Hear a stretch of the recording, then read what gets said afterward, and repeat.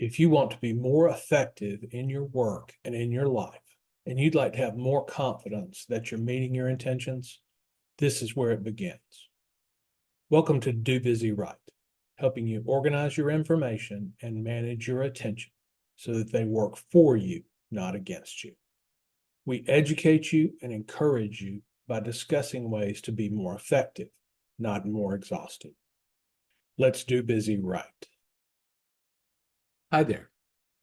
If you've ever gotten home and thought, gee, I didn't get much done today, or the notion of, wow, I think that the stuff just jumped all over me today. There's a couple of different sub feelings there, but I think one of them is described well by a notion called Parkinson's law.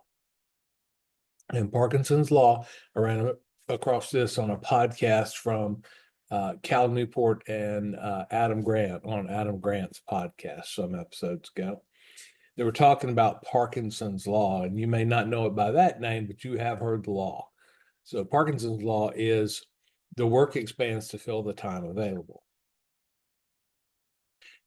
And this spurred me to think about this whole pain that we feel around, golly, I thought today was going to be this great day, and I get home and I don't feel like it was this great day.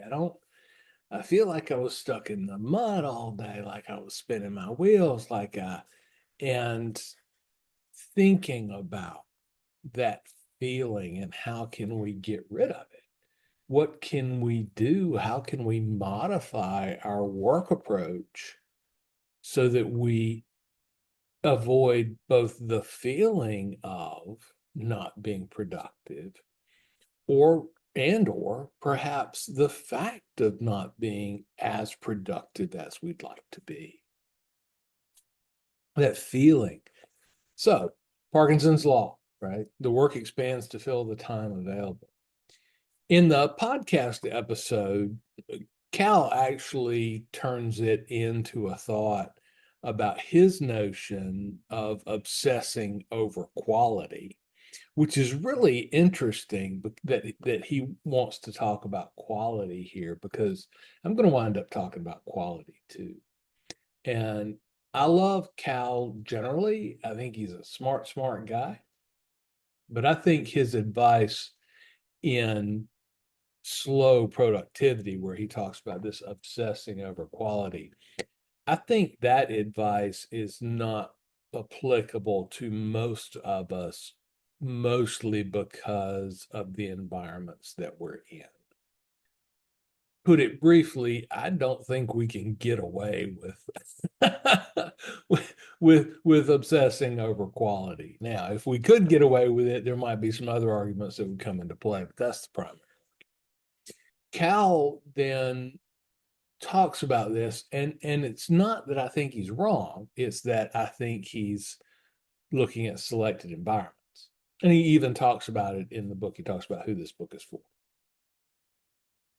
But when we talk about quality, I think quality might be part of the problem and not the solution. So I want to talk about applying Parkinson's law, understanding Parkinson's law, and on fighting it in our own world. We don't want the work to expand to fill the available time. And I've been thinking about this idea for a long time. Here's the story. When I was in Ph.D. school, we had to write these papers, and we had to write a lot of them for different classes at different times. And this is 10-page, read 3 articles and tell us what you think kind of paper.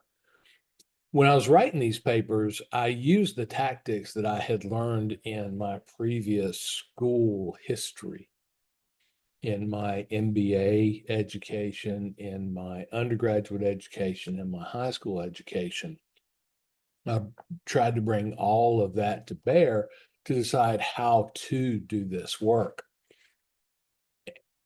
And I think I applied it effectively, but it was taking way too much time to knock out these 10-page papers. In a semester, in one class, we might have to turn in like 6 of them. And if it's taken 2 weeks, wow. So it was taking me way too much time. So I decided to experiment and think about it and find out what I could do about it. And I did experiment. I discovered that I could get the same results in half the time or less. And I'll describe what I mean by the same results, and I'll tell you what I did to do that in a little while. But I literally cut my time in half, and my grades did not go down. So if you consider that to be productivity, taking half the time and getting the same result, the same measured result, then we're all in the right place together at the same time, because to me, that's some great definition of productivity. And I don't say it to brag on myself. I just say that it was a lot of experimentation and a lot of desperation that drove me to think about this. I think Parkinson's law is true. I don't think it's some force of gravity in that sense, but I do think it's true. And I think we recognize that it's true. I think we tend to apply it to other people, particularly in certain governmental scenarios. And it's interesting because that's actually the origin. That's what Parkinson did when he wrote his law, was he was studying civil service in Great Britain, I think. But we tend to apply it to other people, and we tend to dismiss it as a joke. But I think it happens to us. I think we can do this to ourselves and in our own lives. And I don't think it's trivial.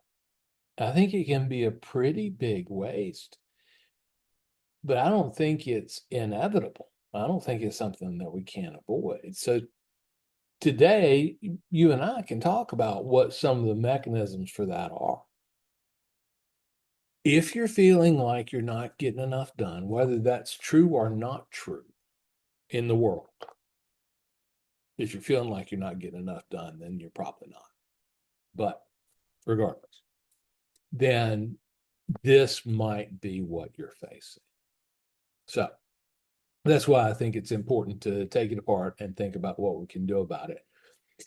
And in the attention compass process, we used a thing called time boxing as the antidote to Parkinson's law. And briefly, time boxing is to state an amount of time and then finish a piece of work within that time period. It works with work blocks, which is another concept that we talk about. Work blocks are just putting in blocks of time on your schedule. And there's a specific way to do that, but we won't get bogged down on that now. But they do work together some. But what time boxing is not, is it's not hyper scheduling. It's not, well, let me put 15 minutes on my calendar for next Thursday, and during that 15 minutes, I'm going to read 4 pages of the nonfiction book I'm studying to get better as a worker, get better at what I do. That's not what time boxing is. But it does work closely together with this notion of work blocks. And we'll unpack this whole time boxing thing, but I want you to have an idea of what it is, so that when I start talking about these things, you can see how it fits in and how they fit together. So, what is Parkinson's law? As I said before, I don't think it's just other people. I think it happens to us too. I think it's one of those things where we see in detail what happened, and so we don't categorize it as Parkinson's law. But I do think if we're introspective. So one of the interesting things here, though, is since it's one of these laws, then a lot of people will comment on it. And many times that's humorous. Sometimes it's not. Sometimes it's very, very insightful. And there's a couple of commentaries, corollaries here on Parkinson's law. And one of them is the Stokes-Stanford corollary. And the Stokes-Stanford corollary says, if you wait till the last minute, it'll only take a minute to do. It being the task. If you wait till the last minute, the task will only take a minute to do. Again, I think this is a little tongue-in-cheek. That does not mean it's wrong. Another corollary that I like is Horstman's corollary. And this corollary is the work contracts to fit the time we give it. So those two are in the same vein. And I would say what we want in productivity is we want the corollaries. We don't want the law. We want the corollaries. We want, when I look at a piece of work and I've got 15 minutes available before I go have a leisurely lunch with my lovely wife, and I look at the work, I want that work to go and get small enough to be done in 15 minutes. It's exactly what I want. Now, sometimes a genie would be nice and grant my 3 wishes, but other times it's, well, wouldn't it be interesting? Does the work in fact contract to fit the time we give it? So if you've seen this happen, if you wait to the last minute, it'll only take a minute to do. If you've seen this happen, and I'm a firm believer, and I say this to a lot of people, I say it's staggering the amount of work that gets done in the 45 minutes before the weekly meeting. And we look at this and we go, yeah, it's funny, haha, other people, haha. But there's a certain amount of truth to it. If you wait till the last minute, it'll only take a minute to do. And so what is it? So we're thinking about these corollaries, and we want the corollaries to be active in our lives. We don't want the law itself to be active in our lives. So the aside is, if you've seen this corollary happen, what gives? What changes about the work to make it fit into a smaller box? And that's what we're going to be talking about today. Is it something in the nature of the work that changes? So we'll think about that as we go along. So that's where we're going to be here in this episode. I think one of the things that happens is our training and environment put us in a Parkinson's law kind of world where the work really does expand. And we're always thinking about, okay, what's expanding? I don't think the requirements are expanding every time we see this happen. And I look at how we're trained to approach work, because I think our training of our approach to our knowledge work is a big deal. And most of us were trained to do work in school, high school, college.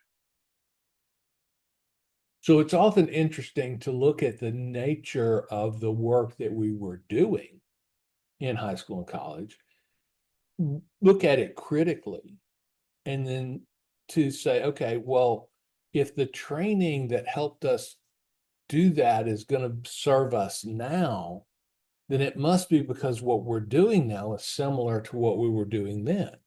Does that make sense to you? In other words, if we're trained on a set of skills to handle a certain kind of work, then it only makes sense for that training to come into play if we're producing the same kind of work later. You don't want to use a golf club on a tennis court, right? And vice versa. So then we look at the tasks that we were doing, at the work that we do when we're in school. And we compare that to the work that we do, to knowledge work that we do when we're in our career. And we say, okay, well, if these two things aren't alike, then why would I use the tactics that I learned in school to approach work in the world? And I think a lot of times we just blindly assume that the two are the same. And I'd say let's take a critical look at that. So think back to your school days, both high school and college. I would say that the nature of school tasks, I would say school tasks have vague requirements. We aren't really taught, in my mind, at least I wasn't, and the students that I've professored haven't really been taught what the requirements are of a study task. I mean, we generally know that it involves sitting down with something and reviewing subject matter in some way, but the requirements for studying are pretty vague. Now, there's some similarity to the work world, and expertise counts. But in the work world, we have training and we're getting better at our specialty. Where in school, it's 12 years of mostly trial and error, 16 years of mostly trial and error. I've got a huge amount of schooling, and I don't recall anybody ever coming up to me and going, "Hey, Larry, here's the best way to take notes in class." Vague requirements. School also has a lack of feedback, and it's feedback in a particular way. It lacks feedback when you could do something about it. So if you're studying for a test and you're trying to decide, have I studied it enough? And the best way to do that is what? Well, the best way to do that would be take a practice test. See what kind of grade you make on the practice test, and then you'll be fine, right? Well, practice tests are not available in school.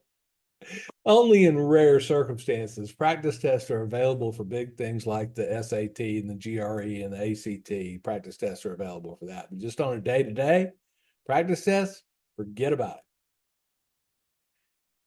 And then I'll also say, and this is a little complicated, I'll also say that, so vague requirements, little feedback, and then no real possibility of feedback. And then making good grades doesn't appear to correlate closely with any sort of ability to learn in other contexts. And this is our educational system. It's a common critique of the educational system. People make great grades and they get out into the work world and they can't solve problems. So then, and this is a huge debate. And if you're a teacher out there, don't hear me stepping on your toes. It's just this deal. I'm just saying it doesn't appear to. If that's new information for you and you're surprised by that, then I'm sorry. But it doesn't appear to core. School's great for lots of things. So the bottom line here is, with all these differences and nuances in how the work happens, we need to be very careful about assuming that we developed good work habits while we're at school. That's the common assumption is, hey, where did you learn to do the things that you're doing to make money? Well, I learned them in school. Well, does that make sense? Is that the right place to learn them? Or did we perhaps learn some lessons in error and need to rethink that? Thinking about your task environment at school during your school years, you don't have many typically non-work responsibilities. Now, this is changing with different generations and kids are busy now. But when I was coming up, it was, if you weren't studying, you were goofing off. and it was like, in high school, it was like, what are you doing? Not studying. I'm watching TV. I'm eating dinner. I'm having a shower. What do you mean you're not studying? So there's that. But there's not that many other responsibilities. You're not caring for children. You're not caring for pets, usually in the same sense as when you own them. You don't have a spouse, all these other things. So you've got lots of time to get this stuff done. And that's very much unlike the workplace. And if you're required to do something that you think is not terribly valuable, then it's advisable to look like you're doing it, but not do it. And this is actually the finding in the writing that produced Parkinson's law. The whole thing was a logical rationale for why the environment that these workers were in put them in a position where letting the work expand was a rational economic act. So look busy. And we know what these things are, right? You probably have plenty of work to do. So if you stand around for 5 minutes looking like you're not busy, the boss comes by and gives you something else to do. All these different ideas, right? Competition, promotions, all these different things. Okay. So all of that. So we'll do a quick summary. So we get the law, but we want the corollaries. We feel like work expands to fill the available time, but if we had our wish, it would be that work shrinks to fit the available time. Great. Our primary learning environments, high school, teaches us Parkinson's law. The environment and the task content itself teach us Parkinson's law. Can we meaningfully shrink the time available? Back to Horstman's commentary. I believe that we can. And our process here would be to identify the things that expand and see if we can stop them from doing so. The work expands, something about the work expands. So let's be clear about the work expansion. I'm not talking about interruption, multitasking, and distraction here. If those are your problem, there is a different solution.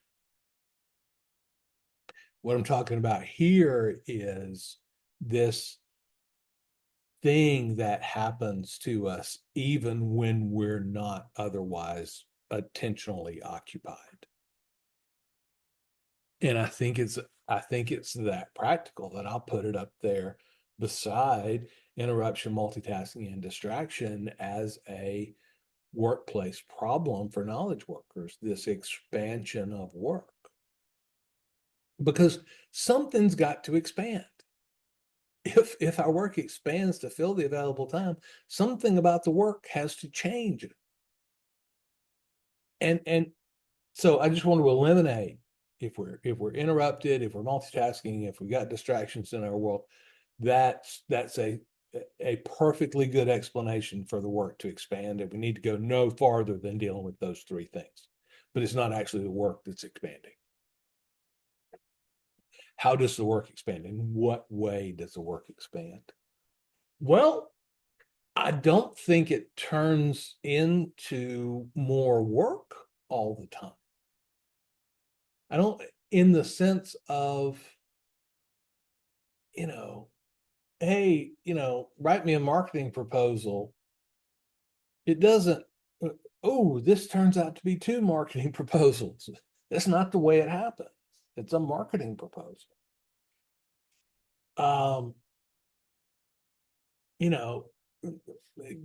Go balance the accounts. It's there are 30 accounts that need balancing. It doesn't turn into 45. So the work is not growing, but it's expanding. What's happening? It's almost like the work itself is a balloon and somebody else is blowing into it and it gets bigger that way. So what else is blowing into it? It's not another human. What else? What is causing this expansion? I will say, and this is the reason I talked about school. So quality, our notion of quality traces back to school, because all that we could do was put forth more effort. And that's because of the nature of the task and our environment. All we could do was apply effort. When you're studying for a test, it's very difficult to know you're done studying because of the lack of practice tests, lack of feedback, all these different mechanisms. So how much do you study? You study until you can't study anymore. Well, what does can't study anymore mean? Tired, run out of time, cramming the last night before the test. Those things. And In schoolwork, that's the additional studying is additional work that we're trying to apply to improve the quality of our result. You can do the work of take a test, and you can do it in very short order if you don't care about quality. Now, we got to look at this carefully, right? Because we don't want to make F's on all of our tests. But that's what we take away, I think, from our training in school is you'd better study all you have time to study because that test is coming. You can't do anything about it. And oh, by the way, you can't know that you studied enough. You can't be confident that you studied enough. There's no mechanism for that. So work all the time, work every available slot. And that's an example of this work expanding. I've had teachers tell me, well, it should take you, I don't know, hour and a half to do the review for this test. And it didn't happen. So what? Right. I mean, it took me 4 and 5 hours to review. You get the idea there. Now we get out into the work world, and the work world is a best effort kind of place, usually. Why is it a best effort kind of place? Well, the only way to judge the quality of work many times is the amount of effort that goes in. So when we say best effort, we mean, well, at the end of the day, hey, boss, I put all the time against this that I had. Here's my result. I say we go with it. So effort is, and I'm making air quotes when I say only way. Effort is really the only way to judge it, because otherwise, the expert that performed it is the only judge of quality. If you think about an accountant that does a tax return, a poor quality tax return, well, what does that mean? Absent mathematical arithmetic errors, then it has very little meaning. People usually say, well, I don't like this tax return. It means they owe too much tax. That doesn't make it a bad tax return. So this thing that we do, this quality thing, right? But the work world is the best ever kind of place as compared to school, which is a work all you can. The work world has to be a best effort kind of place because it's an economic kind of place, and school is not an economic kind of place. Another example of this notion of quality in dealing with managers and management, I often run into managers who say, I want to hire people who think like I do. I'm like, well, that's a great goal. Here's the problem. Only the boss can say, this is good enough. Stop working on it. Spend enough time. This is good enough. Only the boss can say that, particularly when it's customer facing, and everything is to some degree customer facing. Only the boss can say it's good enough. And I think that's really important.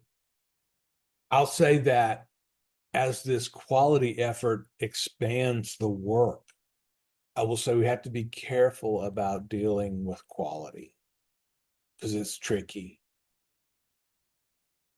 If we want to have a high quality math test, in other words, get a good result on a math test, double checking our results makes sense. Because in the math world, there's usually more than one way to achieve the same result, or you can run the calculation backward in order to check your result. And this is a way to keep from making mental errors. Or more properly, it's a way to identify areas where you have made mental errors and correct them while there's still time to do so. So in math, double checking makes a lot of sense. And there's other areas where double checking makes a lot of sense. There are many areas where it doesn't, because doing the same thing over again is an expensive way to double check. And it really can only be done if you have a clear process. And a lot of times we don't have a clear process. Double checking. So thinking about, well, if we write something, and I'm just using writing as a task because it's something I'm very familiar with because of PhD school. If we write something and we want to check it, we only really have a couple of options. One is to read it. Well, we are very poor proofreaders of our own stuff because, well, humans are generally pretty poor proofreaders anyway, because we'll insert things based on our expectation. If a letter's missing, we'll never notice. We'll insert the letter and move on in our minds. It's particularly true if it's your own stuff, because you know what you're going to say, you know what you're trying to say. So it's easy to assume that you've said it well. So what do we do here? How do we check quality? Well, we apply Grammarly and we make sure our grammar's up to snuff. Okay, fine. How valuable is that? How many grammar mistakes do you tend to make in a document? And we got to do it. I'm not saying we don't do it. I'm just saying that this way we go in search of quality is a poor producer of quality, I would say.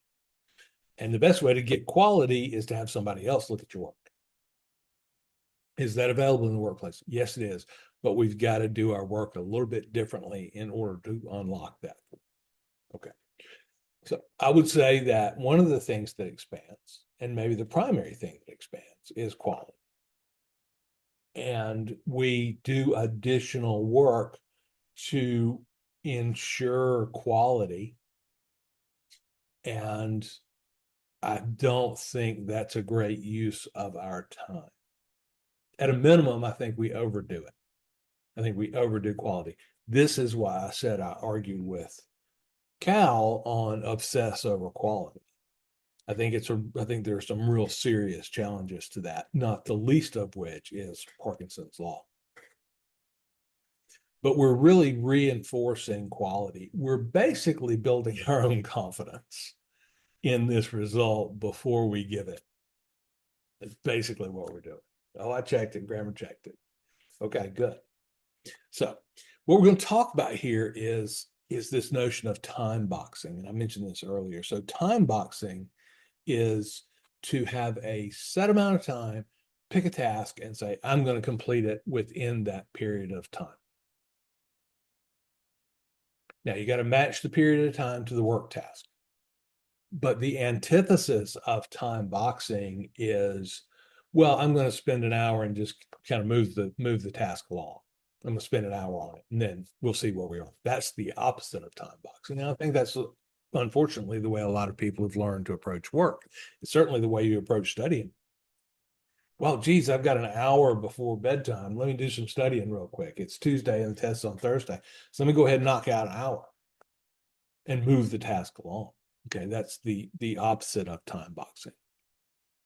A time box is a short, controlled sprint in that we want to be very careful about other distractions. Time boxing is, I'm going to take an hour, and at the end of the hour, this work is going to be finished. And if that sounds like the two corollaries we read, I agree with you. We're demanding that the work shrink to meet the available time. Now, is that automatically going to happen? No, it's not automatically going to happen. But what we are going to do is we're going to throw away some of the fluff. Automatically throw away some of the fluff. So let's talk about some results from time boxing. If you time box, you will almost definitely avoid writer's block. And if you employ time boxing, the rules of time boxing well, then you'll complete the whole task. Before the end of the hour, let's say you've got a report to write or some accounts to balance or whatever it is. and you say, I'm going to spend an hour on this. At the end of an hour, this task is going to be done. Then with 5 minutes left in the hour, you will be doing your formatting, proofreading, printing, envelope creation, whatever that delivery mechanism is, you'll do it before the end of the hour. And it will be a complete task. And this is important because only a complete task can be evaluated by other people. We talked about that as a good check of this stuff. Give it to somebody else. Only a complete task. And this is a complex idea. So for now, I'm just going to ask you to take my word for it. If I give you something that the grammar is so terrible you can't understand my ideas, then you're not going to be able to give me feedback on my ideas. So I got to be able to finish it along the grammar axis. I got to finish this work before you can even evaluate. So it's less likely to be this half-baked crap that we sometimes do when we ask for a draft document, when we ask for feedback, we do some half-baked, and people can't give us good feedback. So if you time box well, you can hand it to somebody in an actual draft form, in a real draft form that's useful. I will say that when we look at time boxing, there's a certain mentality there. It's this finish the work. And then when we look at the results, all these great things happen. The work gets done, it's completed, we ship it, we have higher confidence. And I really don't want to say this too much, but if push comes to shove, and at the end of your hour, you're nowhere near where you need to be with the work, there's always a ripcord you can pull. Hey, it was an experiment, but now hey, maybe another hour will knock it out. And now you know what's going on. So the mechanics of time boxing here real quick, we'll wrap this up. Time boxing is related to work blocks. And I talked about this earlier. So this is really the purpose of making work blocks in your schedule, particularly in a shared calendar environment. You got to block out time for your own stuff. So if you're going to, work blocks are important because if you're going to try to complete a task in an hour, you need to be pretty sure you're not going to be interrupted, distracted, multitasking for that hour. If you can't get an hour to work on it, then you're going to be pushed back into this notion of, well, I'm just moving it along. If you plan to work on it for an hour and ship it, and you only get to work on it for 35 minutes because a lot of other stuff is going on, it's going to be real hard for your brain to convince itself to ship the work. So that's where work blocks are related. They come back in. So we need to have work blocks in our calendar, and we need to approach that work block in particular ways. And we'll talk about that here in just a minute. Time boxing, the second thing about time boxing and the mechanics, and perhaps this is part of the mentality of time boxing, but time boxing is always an experiment. And what we're trying to do is to gather data and to actually begin to say, hey, this task usually takes me about 6 hours. Is that the right amount of time? And so we do an experiment where we say, oh, I don't have 6 hours. What happens if I try to get this done in 2 hours? And we really get into that mindset, but it's an experiment. We're gathering data. And again, I don't want to amplify this too much, but at the end of 2 hours, we'll talk about this. If it's a problem at the end of 2 hours, then you can burn the midnight oil and fix it up, but you will have gathered that data. Okay, good. When we get into time boxing, we want to be confident in our skills. We want to not be questioning ourselves about what we're doing any more than is absolutely necessary. As you're learning this practice of time boxing, pick things you're good at and pick things tasks that you're comfortable with, that you've done a good bit. When I say good at, I mean demonstrated good at, not fictionally good at. But practice time boxing on some routine things that you're good at, that you're comfortable with, have done a good bit, and are well defined. And while you're doing this, what the heck? Challenge yourself. Think about the time that you would have said this takes and lower that amount of time and put your work in there and see if it could take less time. See if there's waste in there that can be squeezed out. Challenge yourself. And if you find that it can, then good. What have you learned? You've learned to get better at your job. You've learned to be more productive. You've learned that you can be more productive. You've learned a lot about Parkinson's law. So there's all kind of interesting ways to do this. So just think about it. But early on, pick things you're good at. Work blocks and time boxing are, we said, interrelated. So if you've got a task and it won't fit into the work block that you're looking at, it's no big deal. Just make the task smaller. Choose another task if you can. If not, make the task you're looking at smaller and chunk it up. Now, there's a caveat here when we go about chunking this stuff up, and I'll say the caveat is we want to make it smaller, but we still want a completable piece. We probably don't want to say, I'll do half of it in this work block. It'd be okay if we were to say, I'm going to do half the number of them. So if you've got 20 quality checks to do and you don't have time, and you say, well, I'm going to do 20 of them halfway, it's bad.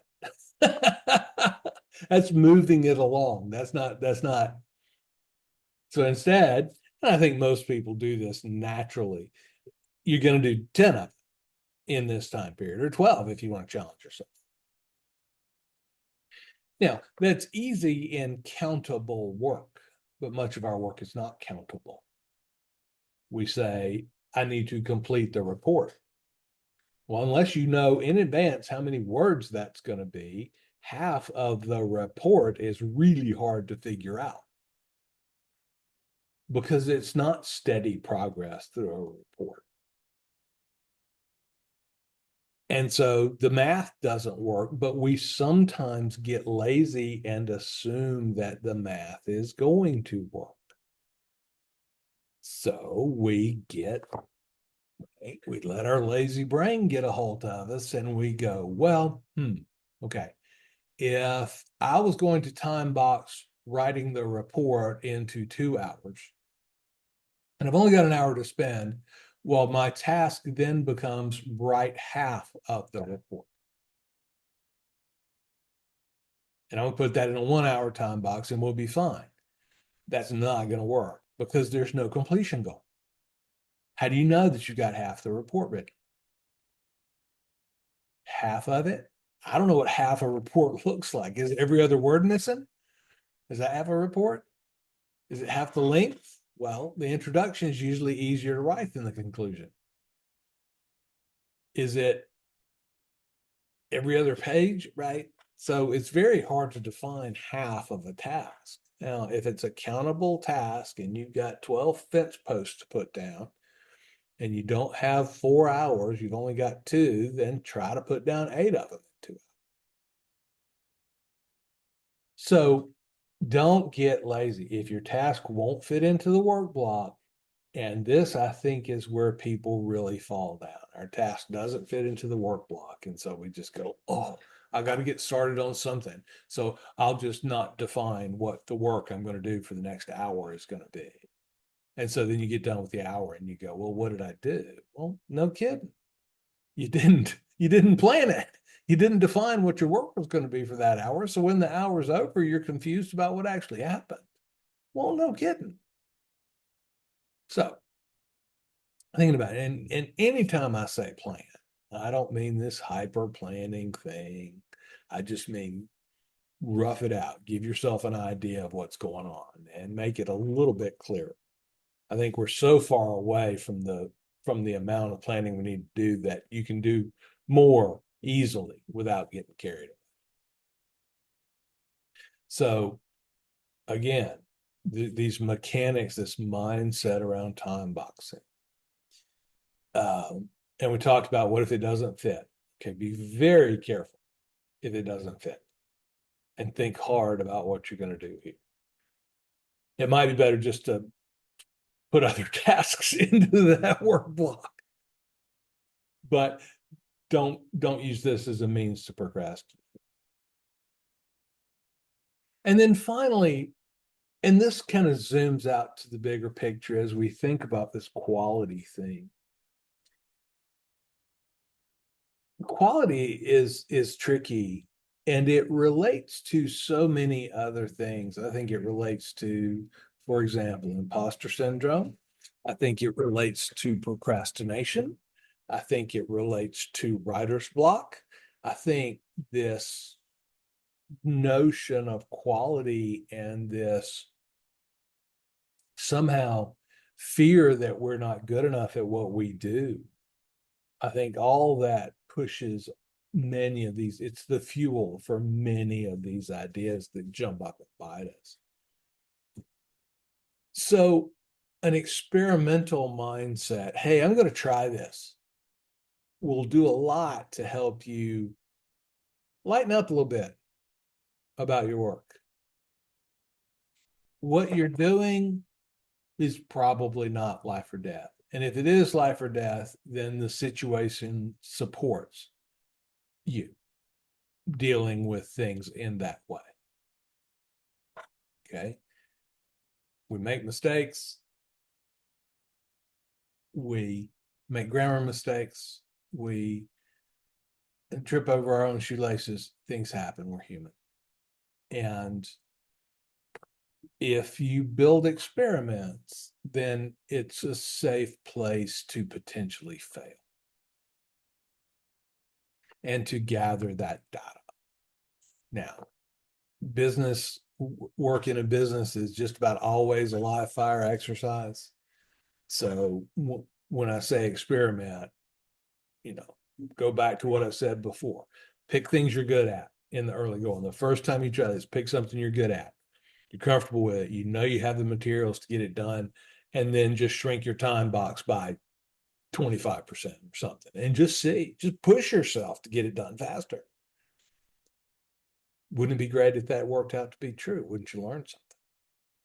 So again, this, let's just lighten up a little bit, and I think everything will be okay. All right. So I want you to think about, since you're listening to the podcast, I'd love for you to think about sending me questions, comments, discussion via email. I'd love for you to think about this is simple. This call to action is very simple. Connect with me on LinkedIn. All you got to do, send me a message, say, hey, I listened to the podcast, send me a connection, and we'll start a conversation. And one of the downsides to the podcast platform is that it's hard to get feedback. It's hard to know what my level of quality is. And so I want to hear that. I want to do good work for you folks out there. So think about that. Connect with me on LinkedIn. If you're not on LinkedIn, send me an email. larry@dobusywright.com. And I'll put some information for you on those two things in the show notes. So let's summarize here. What have we talked about? What are we doing? Well, we talked about this notion of Parkinson's law. The work expands to fill the available time. I think that's a thing. I don't think it's a law, but I do think it's a thing. It's not some joke. It's not something other people do. I think it happens to us. And I think it happens to us for pretty well definable reasons. And I think as we look into that, we can see what those reasons are. So we see the law, work expands to fill the available time. And then these corollaries and commentaries, because the whole thing's a little bit tongue in cheek. Horstman's corollary, the work contracts to fit the time we give it. Meaning the work expands to give the time we give it, and the work contracts to fit the time we give it. Meaning what? Overall, the work will fit into the time we give it. So why should we give it a lot when we can give it less?